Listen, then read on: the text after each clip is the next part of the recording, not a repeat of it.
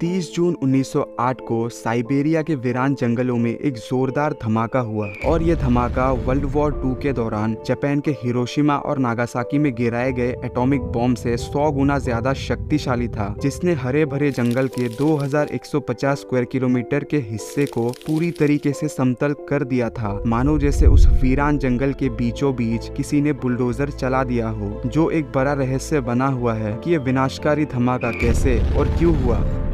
दोस्तों, मैं हूँ आपका होस्ट, आपको दिल से वेलकम करता हूँ एक्सोफैक्ट के इस नए वीडियो में। तो देर ना करके वीडियो को शुरू करते हैं।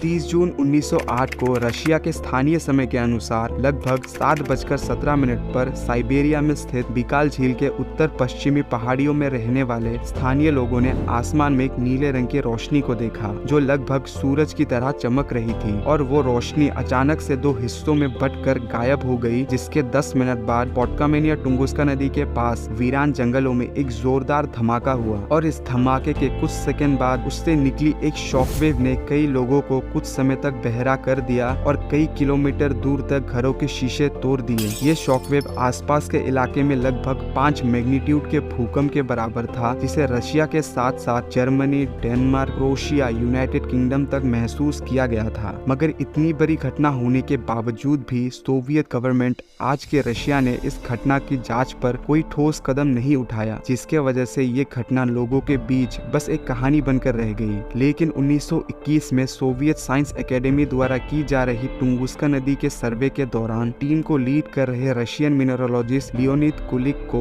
लोगों से इस रहस्यमय धमाके के बारे में पता चला। तो तब कुलिक ने वहाँ के स्थानीय लोगों से इस घटना के बारे में पूछताछ किया, तो लोगों ने इस धमाके से पहले आसमान में देखे जाने वाली रोशनी के बारे में बताया, जिसे सुनकर कुलिक को ये यकीन हो गया था कि यह घटना किसी विशाल मीटियोर या उल्कापिंड के वजह से हुआ था। जिसके बाद कुलिक ने कंफर्म करने के लिए कि यह हादसा एक मीटियोर धमाका ही था, इस घटना पर किए गए रिसर्च के बारे में जानकारी इकट्ठा करने की कोशिश की। तो तब उसे पता चला कि इस घटना को हुए 13 साल बीत गए थे, लेकिन फिर भी इस हादसे पर कोई भी रिसर्च नहीं हुआ था। जिसके बाद कुलिक ने सर्वे खत्म होते ही वापस लौटकर सोवियत गवर्नमेंट को इस घटना की जानकारी देते हुए वहाँ मीटियोरिक आयरन होने का दावा किया और ब्लास्ट एरिया की जांच और मीटियोरिक आयरन की खोज के लिए सोवियत गवर्नमेंट से फंड्स की मांग की। जिसके 6 साल बाद जाकर सोवियत गवर्नमेंट ने कुलिक के फंड्स की मांग पर मंजूरी दे दी, और फंड्स मिलने पर कुलिक ने देर न करते हुए जल्द से जल्द साइंटिस्टों की एक टीम को तैयार करके स्थानीय इवंकी शिकारियों की मदद लेकर 1927 को रिसर्च के लिए ब्लास्ट स्पॉट पर पहुंचे, जिससे 19 साल बाद कुलिक ने सबसे पहले टुंगुस्का हादसे पर एक्सप्लोर और रिसर्च की नींव रखी। और तब से लेकर आज तक लगभग 1000 से भी ज्यादा साइंटिस्टों द्वारा इस घटना पर रिसर्च किया गया था और उनके रिसर्च रिपोर्ट्स भी पब्लिश हुए थे। लेकिन फिर भी यह हादसा अब तक अनसुलझी ही है, जिसमें सबसे बड़ा हाथ रशियन गवर्नमेंट का था। और रशियन गवर्नमेंट के ऐसे इस घटना को अनदेखा करने के पीछे 2 वजह थी, जिसमें से पहली तो हादसे की जगह थी जो साइबेरिया के वीरान इलाके में हुआ था, और दूसरी रशिया की 1910 की राजनीतिक उथल पुथल थी, जिसके वजह से इस घटना पर रिसर्च और एक्सप्लोर में इतना वक्त बीत गया। और टुंगुस्का इवेंट नाम से मशहूर इस हादसे को हुए आज 1 सदी से भी ज्यादा समय बीत गए हैं, लेकिन आज भी किसी के पास इस घटना का कोई सटीक एक्सप्लेनेशन मौजूद नहीं है, जिसके वजह से इस घटना के रिलेटेड कई कॉन्स्पिरेसी थ्योरी सामने आई। जिसमें से एक थ्योरी के मुताबिक ये रशियन गवर्नमेंट का कोई सीक्रेट न्यूक्लियर वेपन टेस्टिंग था जो वो दुनिया से छुपाना चाहते थे, और दूसरी थ्योरी के मुताबिक ये एक नेचुरल गैस एक्सप्लोजन था, और तीसरी थ्योरी के मुताबिक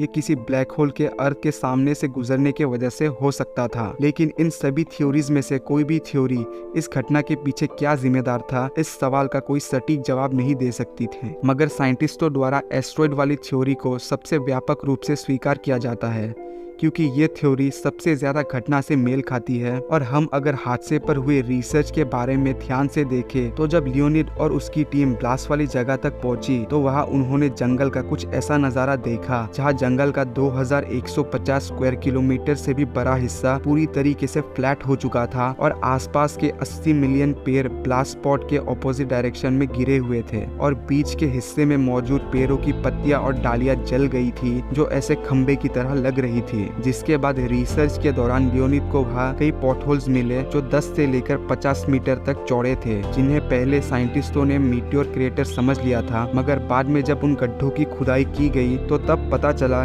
कि जिसे वो क्रेटर समझ रहे थे वो बस एक दलदल था। उसके बाद लियोनिड ने वहाँ 3 से भी ज्यादा एक्सपीडिशन किए, मगर उसके हाथ कोई भी ऐसा इंफॉर्मेशन नहीं लगा जिससे वो इसे एस्ट्रॉइड एक्सप्लोजन साबित कर सके। जिसके बाद 1950 से 1960 तक के समय में हुए एक रिसर्च के दौरान उस इलाके की मिट्टी और पेड़ों में माइक्रोस्कोपिक सिलिकेट और मैग्नेटाइट के गोले मिले, जिनकी केमिकल एनालिसिस से पता चला कि उन गोलों में बहुत ही ज्यादा मात्रा में निकल मौजूद था, जो मीटेओराइट्स में भी पाया जाता है। जिसके बाद 1920 में रशियन साइंटिस्टों के एक ग्रुप ने इंफ्रासाउंड सैटेलाइट ऑब्जर्वेशन धमाके के वक्त यूरोप और एशिया के सेस्मिक स्टेशन द्वारा लिए गए रीडिंग्स की अच्छे से जांच करके कंप्यूटर सिमुलेशन के जरिए घटना का एक 3D मॉडल बनाया, जहां उन्हें पता लगा कि टुंगुस्का ब्लास्ट लगभग 20 से 30 मेगाटन TNT के बराबर था, जिसकी एनर्जी 80 से लेकर 120 पेटाजूल्स की थी और ये धमाका जमीन से 5 से 10 किलोमीटर ऊपर हुआ था। जिसके वजह से इस डेटा के आधार पर साइंटिस्ट इस घटना के पीछे एस्ट्रॉइड को जिम्मेदार मानते हैं, मगर कोई भी ये कंफर्म नहीं बता सकता कि टुंगुस्का धमाका आखिर कैसे और क्यों हुआ। और इस घटना के ऐसे रहस्यमय होने के पीछे सबसे बड़ा हाथ समय का था, क्योंकि इस घटना पर भले ही 1000 से भी ज्यादा साइंटिस्टों ने मॉडर्न टेक्नोलॉजीज का इस्तेमाल करके रिसर्च किया हो, मगर इस धमाके पर सबसे पहला इन्वेस्टिगेशन ही हादसे के 19 साल बाद किया गया था, जिससे बहुत से जरूरी एलिमेंट्स जिनसे इस घटना का असल वजह पता लगाया जा सकता था वो समय के साथ मिट गए और ये घटना ऐसे ही अनसुलझी रहकर इतिहास के पन्नों में कहीं दब सी गई।